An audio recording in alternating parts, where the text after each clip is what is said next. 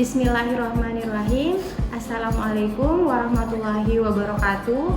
Perkenalkan, nama saya Sri Yuliana, dosen Prodi S1 Ilmu Keperawatan Stikes Yahya Bima. Pada kesempatan ini, saya akan menjelaskan salah satu mata kuliah yang saya ampu di Prodi S1 Ilmu Keperawatan, yaitu Keperawatan HIV/AIDS. Mata kuliah ini mempelajari tentang tren dan isu perilaku yang beresiko tertular atau menularkan HIV/AIDS, pengkajian biopsikososial, spiritual, dan kultural, pemeriksaan fisik dan diagnostik, prinsip hidup dengan ODA, family center care pada ODA, stigma, konseling, prinsip perawatan pada bayi dan anak yang dengan HIV/AIDS, prinsip perawatan pada ibu hamil dengan HIV/AIDS, serta long term care pada pasien dengan HIV/AIDS. Adapun capaian pembelajaran pada mata kuliah HIV/AIDS, yang pertama adalah siswa mampu memahami konsep HIV/AIDS. Yang kedua, mahasiswa mampu melakukan pengkajian bio, psiko, sosial, dan spiritual, pemeriksaan fisik dan diagnostik, tanda dan gejala, melakukan praktik keperawatan yang holistik, dan penata laksanaan pasien dengan HIV/AIDS. Yang ketiga, mahasiswa mampu melakukan asuhan keperawatan profesional di tataran klinik. Yang keempat, mahasiswa mampu mendemonstrasikan komunikasi dan konseling, menjalin hubungan interpersonal, melakukan komunikasi efektif, bersikap caring dan empati, melaksanakan pendidikan kesehatan pada klien dengan HIV/AIDS. Yang kelima, mahasiswa mampu memahami prinsip hidup bersama ODA, family center care pada ODA, serta stigma dan diskriminasi. Yang keenam, mahasiswa mampu mengetahui dan memahami tren dan isu perilaku yang beresiko tertular atau menularkan HIV/AIDS. Yang ketujuh, mahasiswa mampu menerapkan aspek legal etik dalam praktik keperawatan. Adapun metode pembelajaran yang dipakai dalam mata kuliah ini yaitu yang pertama ceramah dan tanya jawab, yang kedua case study, yang ketiga role play, yang keempat praktikum lab atau skill lab. Adapun penilaian yang akan dilakukan pada mata kuliah ini, yang pertama adalah UTS 20%, kemudian UAS 25%, penyelesaian tugas 15%, seminar atau presentasi 20%, kehadiran 20%. Yang penjelasan singkat RPS untuk mata kuliah keperawatan HIV/AIDS. Berikutnya saya tampilkan video proses pembelajaran pertemuan kedua untuk mata kuliah HIV/AIDS. Terima kasih. Assalamualaikum warahmatullahi wabarakatuh. Bagaimana kamu hari ini? Alhamdulillah.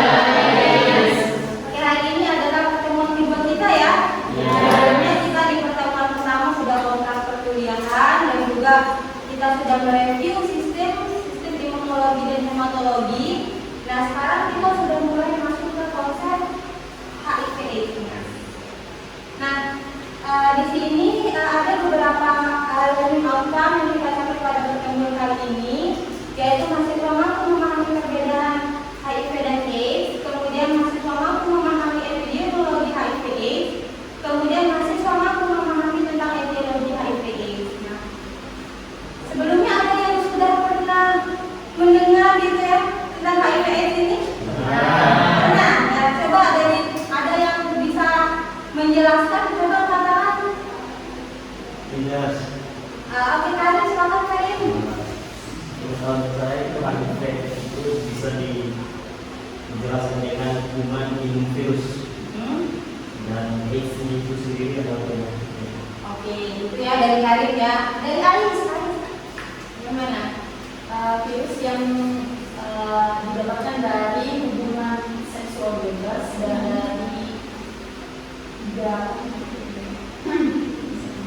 Oke, dari hubungan seksual bebas ya. Oke, jadi itu adalah pendapat dari teman-teman kalian. Nah, sebelum kita jauh ke materi, nah ini hal-hal yang perlu kalian ketahui dulu tentang AIDS ya. Yang pertama adalah AIDS adalah penyakit yang berbahaya yang mematikan. Ya. Kemudian yang kedua, belum ada obat penyembuhnya dan vaksin pencegahnya. Dan cuman karena berkembangnya ilmu teknologi ya, sekarang sudah ada yang namanya ARV ya, antiretroviral. Jadi untuk pasien-pasien AIDS itu sudah tidak khawatir lagi ya. Hanya syaratnya itu apa? Syaratnya itu rajin ya mengambil obat di puskesmas. Yang selanjutnya AIDS dapat menyerang semua orang tanpa pandang bulu ya. Mau bayi ya, mau anak-anak ya, mau orang tua, orang dewasa, itu tidak akan pandang bulu si human immunodeficiency virus ini dia mau menyerang siapa. Nah, selanjutnya masa inkubasinya lama ya, jadi ya nggak kayak COVID ya, masa inkubasinya COVID-nya sekitar berapa? Maksimal 14 hari ya. Nah, kalau HIV/AIDS ini dia masa inkubasinya 5 sampai 7 tahun. Yang selanjutnya biasanya orang yang memasukkan virus HIV dia diketahui oleh dirinya sendiri maupun orang lain. Jadi orang itu tuh nggak nyadar, tiba-tiba nanti akan muncul gejala, baru nanti diketahui si pasien mengidap HIV/AIDS atau tidak. Nah, ini hal-hal umum yang perlu kita ketahui.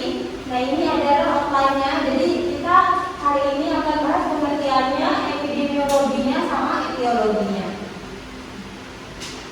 Nah, seperti yang dikatakan oleh teman-teman kalian tadi ya, HIV atau Human Immunodeficiency Virus adalah virus yang menyerang sistem kekebalan tubuh ya, atau yang dinamakan sistem apa?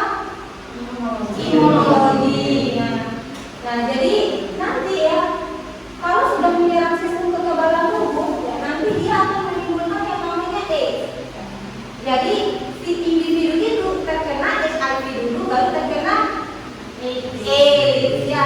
Jadi nanti setelah terkena HIV, jadi dia punya masa inkubasi yang tadi 5 sampai 7 tahun, baru nanti akan muncul gejala.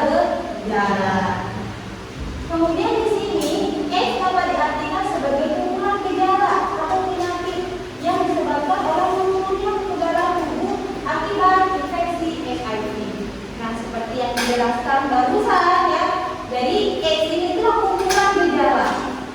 Jadi gejalanya nanti tidak hanya satu ya, nanti akan bergantung dari apa? Bergantung dari semakin lama ya, tanpa pasien itu obati, nanti akan semakin timbul gejala-gejala lain yang makin berat. Awalnya mungkin gejala awalnya tidak, tapi seiring berjalannya waktu ya, nanti akan muncul gejala-gejala yang lebih berat. Sampai di sini apa bisa dipahami? Ingat, HIV itu adalah virusnya, AIDS itu adalah kumpulan dari gejalanya. Nah, ternyata yang di sini HIV ini adalah golongan dari retrovirus ya, golongan dari retrovirus. Nah, kemudian dia ini dapat menyebabkan apa? Nah, ini maaf ya bahasa Inggris ya. Jadi nanti akan menyebabkan progressive failure of the immune system. Jadi akan ada kerusakan secara progresif. Kalau progresif itu kita bisa berangsur-angsur ya. Jadi semakin lama semakin berat ya, semakin menurun kekebalan tubuhnya. Nah, ini di sini dibilang yang akan mengancam kesehatan, yang akan mengancam keselamatan jiwa gitu. Jadi lama-kelamaan kalau tidak diobati nanti akan bisa mengancam keselamatan jiwa. Artinya si pasien nanti bakal meninggal gitu kalau dia tidak melakukan pengobatan. Nah, di sini juga nanti akan semacam gampang untuk muncul gejalanya itu, salah satunya itu adalah kanker ya. Jadi kalau sudah terkena AIDS ya, nanti akan gejala-gejala salah satunya adalah kanker, baik itu kanker tulang ataupun kanker yang lain. Sampai di sini bisa diikuti ya. Oke. Nah, di sini ya kita review sedikit pertemuan pertama sudah kita bahas ini ya. Nah, kalian terdiri adalah secara garis besar dari sistem imun ya. Garis besar dari sistem imun. Nah, di mana kayak sistem imun nanti kan termasuk sel darah apa? Sel darah putih ya, sel darah putih. Nah, kalian bisa lihat di bagian sini ya. Nah, HIV ya, si HIV virus ini ya, nanti dia akan menyerang CD4 atau CD8. Kira-kira. Iya, nanti dia akan menyerang CD4 ini ya. Jadi seperti itu. Oke. Nah, ini adalah AIDS. Sebenarnya AIDS itu ada kepanjangannya ya. Jadi ada infinite, ditularkan dari orang ke orang. Yang kedua ada immune ya, sistem kekebalan tubuh untuk semua organ dan sel yang bekerja melawan penyakit, melawan infeksi dan penyakit. Defisiensi adalah penurunan ya. Jadi dia tidak akan bisa berfungsi selayaknya semula gitu. Si sistem imun itu yang awalnya dia itu tuh sebagai kayak ibaratnya itu kayak tentara ya. Ibaratnya itu kayak tentara gitu. Nah, kalau tentaranya sedikit nanti gampang dijajah oleh negara lain gitu. Nah, begitu pula di sini ya. Ada jadi kalau sudah imun itu turun ya, nanti akan gampang untuk apa? Infeksi-infeksi, virus-virus, bakteri-bakteri akan gampang masuk ke dalam tubuh. Ya, karena jadi ini adalah kumpulan gejala-gejala yang disebabkan oleh HIV yang menyebabkan kerusakan pada sistem kekebalan imun. Ini sampai di sini sudah jelas ya apa itu HIV, apa itu AIDS. Nah, teman-teman bisa lihat data di sini ya, data HIV/AIDS di dunia ya. Kita mulai dulu data HIV/AIDS di dunia. Nah, ternyata ya kita di mana nih? Kita di Asia Tenggara ya. Kita di Asia Tenggara. Nah, yang paling besar itu tuh di Afrika. Ya. Yang paling tinggi sekali ya angka si HIV/AIDS ini tuh ada di Afrika. Kita 3,8. Berarti kita urutan keberapa nih? Ada 2 ya. Urutan kedua. Nah, di sini adik bisa lihat ini ada distribusi penderita HIV baru berdasarkan populasi berisiko secara global. Ini data ini adalah tahun 2018 ya. Tahun 2018 kalian bisa lihat di sini ya. Ternyata yang paling populasi lainnya ini kan belum bisa identifikasi ya. Nah, yang paling tinggi itu adalah mana nih? Ini ya. 18% ya. 18% itu adalah pelanggan, pekerja seks dan praktek seks dari populasi yang berisiko.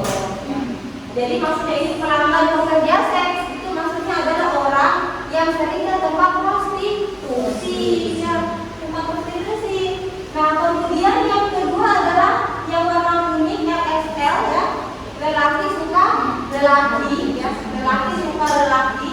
Kemudian yang warna yang ini yang 12% itu adalah pekerja seks ya. Sebelum ke sini. Nah, ada pertanyaan kira-kira sebelum ke sini ada pertanyaan enggak? Ini saya ya. Tadi pada bagian saya sebelumnya ada penjelasan bahwa transgender juga dapat mewujud terjadinya HIV. Kenapa bisa transgender seorang transgender bisa terkena HIV? Transgender ya. Transgender itu berarti apa? Perempuan, laki-laki yang menjadi perempuan. Jadi dia laki-laki yang menjadi perempuan. Nah, balik lagi ya, kalau transgender lebih berisiko, ada risikonya dia terkena HIV/AIDS. Itu karena apa ya? Karena dia itu kan tidak punya anatomi reproduksi kayak perempuan ya. Kayak perempuan ya. Jadi untuk melakukan hubungan seks itu biasanya dia menggunakan dubur ya,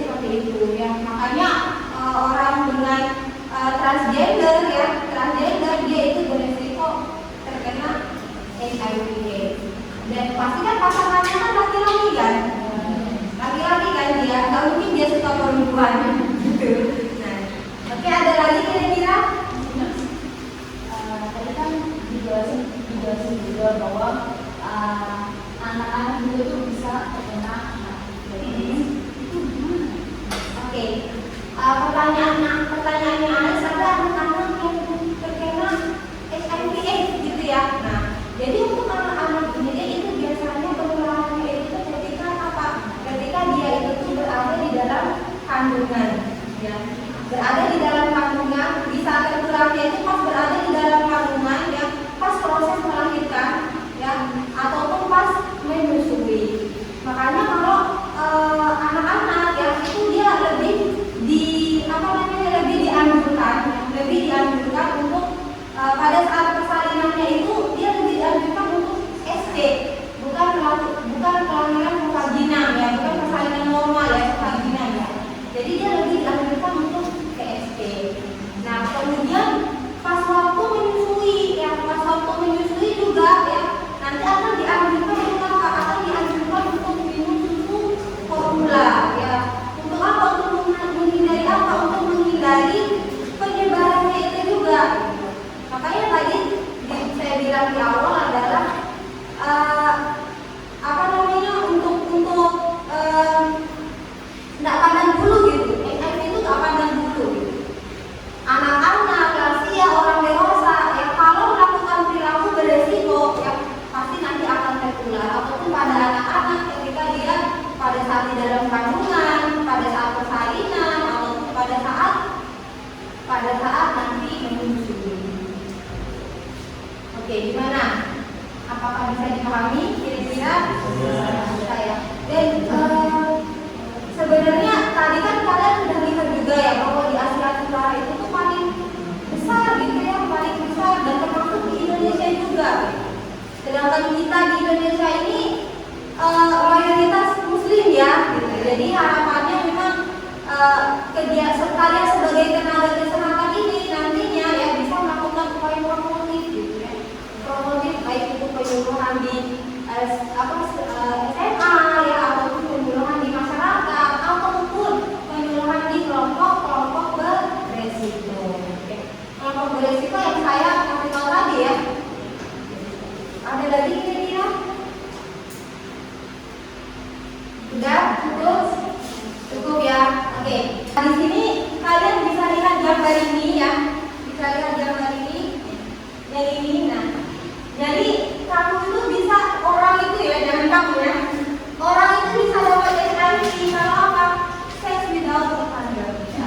Jadi melakukan hubungan seks tanpa menggunakan pengaman atau kondom. Ya.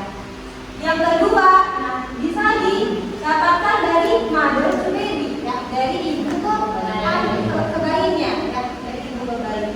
Yang selanjutnya adalah sharing injeksi equipment. Jadi menggunakan jarum suntik secara bersamaan ya. Jadi udah pakai si A, karena nggak ada duit untuk beli jarumnya, udah langsung pakai bergantian. Nah itu adalah beresiko juga. Nah yang selanjutnya adalah terkontaminasi ya pada saat transfusi darah ataupun transplantasi organ.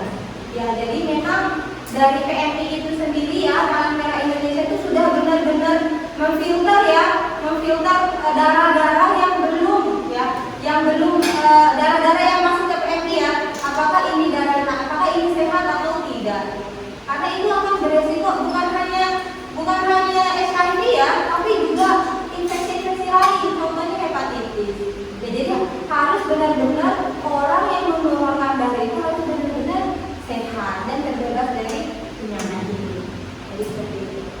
Nah, kemudian di sini bisa kalian lihat gambarnya ya. HIV is not transmitted by. Jadi HIV itu tuh tidak ditransmisikan oleh apa saja sih ya? Oleh gigitan serangga ya,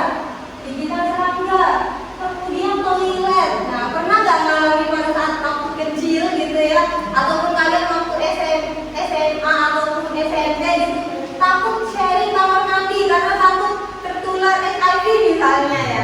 Pernah nggak? Mungkin ada yang perasaan kayak gitu ya. Dulu waktu saya SMA juga mempunyai pemahaman yang seperti itu. Oh ternyata pemahaman itu tuh salah. Ternyata